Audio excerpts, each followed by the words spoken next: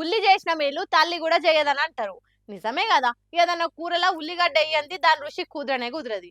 ఏ కూర అయినా సరే పోపుల ఉల్లిగడ్డ లేనిది వండనే వండరు. ఇక నీసు కూరలకైతే 4 ఉల్లిగడ్డలు ఎక్కువేస్తేనే కూర కమ్మగై 2 బుక్కలు ఎక్కువ తింటారు.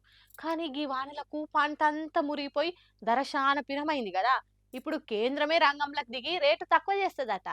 కూరగాయలల్లా ఉల్లిగడ్డకున్న క్రేజే వేరబ్బా. బిర్యానీ రుచిని ఇంకెక్కువ తెలిసేటట్టు చేసేది అంచుకు నంచుకున్నగా ఉల్లిగడ్డతోని. అటు లేడీస్ వద్దంటే కూడా భయ్యా తోడ ప్యాజ్ దాలో అనుకుంటా తినే పానీపూరీలు తినేటప్పుడు కూడా గంతే.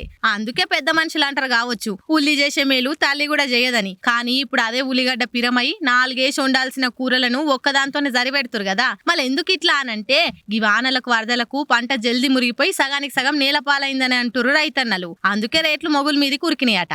ఇక ఈ బాధ తీరుస్తందుకు సీదా కేంద్రమే రంగంలోకి దిగింది. ప్రభుత్వ సంస్థలు ఎన్ఏఎఫ్ఈడి, ఎన్సీసీఎఫ్ పబ్లిక్ కు తక్కువ ధరలకే అందేటట్టు పనిచేస్తాయట. ఈ సంస్థలు సెంట్రల్ స్టోర్లు, మొబైల్ వ్యాన్లు ఇవన్నీ వాడి పబ్లిక్ కు తక్కువ ధరకే అందజేస్తాయి అన్నట్టు. పోయిన తాప దేశమంతా ఉల్లిగడ్డతోని టమాటాల ధర పెరిగినప్పుడు కూడా గిదే పని చేసింది. అంటే రేట్ ఇంకెక్కువ పెరుగుతుంది అన్నారు. అంది పెట్టుకోకుర్రిగా. కాకపోతే జర చూసి వాడుకోర్రి. వానలు తక్కువ అయ్యేదాకా ఏ కూరగాయలైనా గిట్లనే ఉంటది.